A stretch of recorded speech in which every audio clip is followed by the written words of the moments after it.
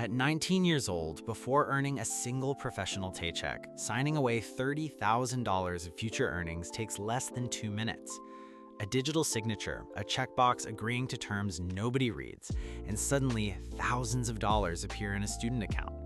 It feels like free runway, but that is not what leverage actually is. Every college student taking on debt is effectively launching a single-person startup funded entirely by high-interest notes and deferred payments. The business model assumes that 4 years of delayed reality will immediately translate into enough cash flow to cover the nut. The bet is simple: buy career mobility today using tomorrow's income. The assumption is that once the degree arrives, the math will take care of itself. That is the clean version of the story.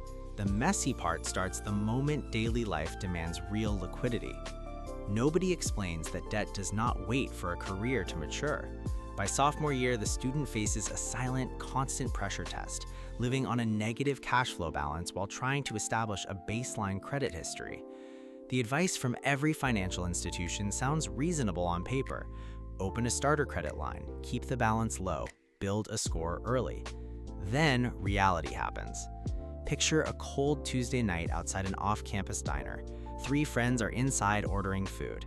Outside, one student stands by the glowing blue screen of an ATM, staring down at an account balance that reads exactly $42.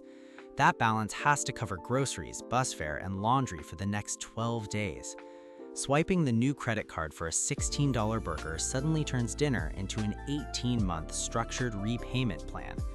The immediate choice is humiliatingly simple.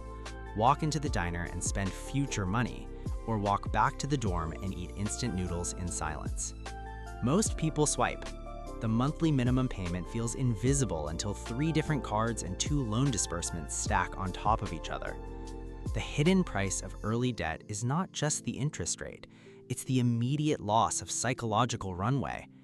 Every unexpected expense, a broken laptop screen, an unpaid lab fee, a medical copay, threatens to breach the razor-thin margin between viability and default.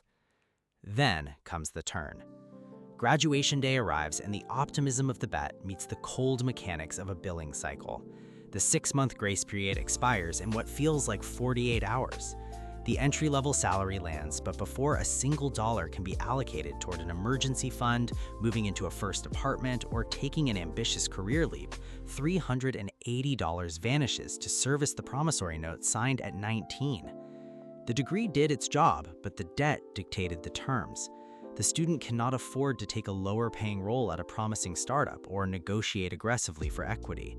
Survival requires immediate, reliable cash just to service the fixed overhead. Credit and loans did not build financial safety. They built a monthly constraint that narrowed every early professional decision. If stories like this are useful to you, subscribe. More of these are coming. This bet proves a simple, unpolished truth about money. Leverage is never wealth. It's a borrowed time machine that accelerates whatever discipline or vulnerability already exists before the cash arrives. If you manage money with discipline, leverage buys time. If you use it to mask an operational deficit, it quietly consumes your future optionality. Look back at that digital signature screen from day one. When you agree to borrow against your future self, you're not just financing an education or building a credit score, you're selling tomorrow's freedom to survive today. If every loan is a bet on your future capacity, how much of your independence are you willing to spend before you even get to use it?